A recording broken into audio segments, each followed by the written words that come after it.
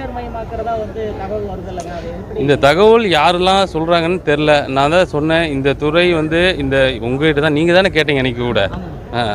அதே பதில் தான் இப்போவும். இந்த துறை ரொம்ப மோசமாக இருக்குது. இதை சரி பண்ணுறதுக்கான பல கட்ட முயற்சிகள் எடுத்துகிட்டு இருக்கோம்.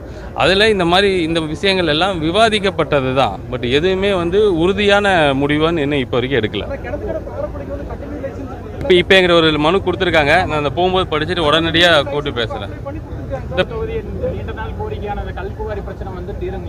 நிச்சயமாக இப்போ தான் பேசிகிட்டு இருந்தாங்க. இந்த மாதிரி கல்குவாரியில் இப்போ இடையில ஒரு அண்ணன் கூட உண்ணாவிரதம் இருந்தார். அதுக்கு அங்கே அந்த குவாரிகள் எல்லாத்துலேயும் ஆய்வு நடந்துகிட்ருக்கு. எங்கெல்லாம் முறைகேடாக கனிம வளங்கள் திருடப்படுதோ அது மேலே கடுமையான நடவடிக்கை இருக்கும்.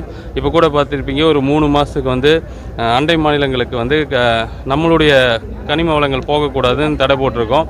ஸோ இதெல்லாம் என்னென்னா, நம்மளுடைய நாட்டோட செல்வங்களை பாதுகாக்கணும். அது வெளியே போய் முறைகேடாக யாரும் பயன்படுத்தக்கூடாதுங்கிறது தான். ஸோ படிப்படியாக இந்த பிரச்சனைகள்லாம் தீர்க்கப்படும்.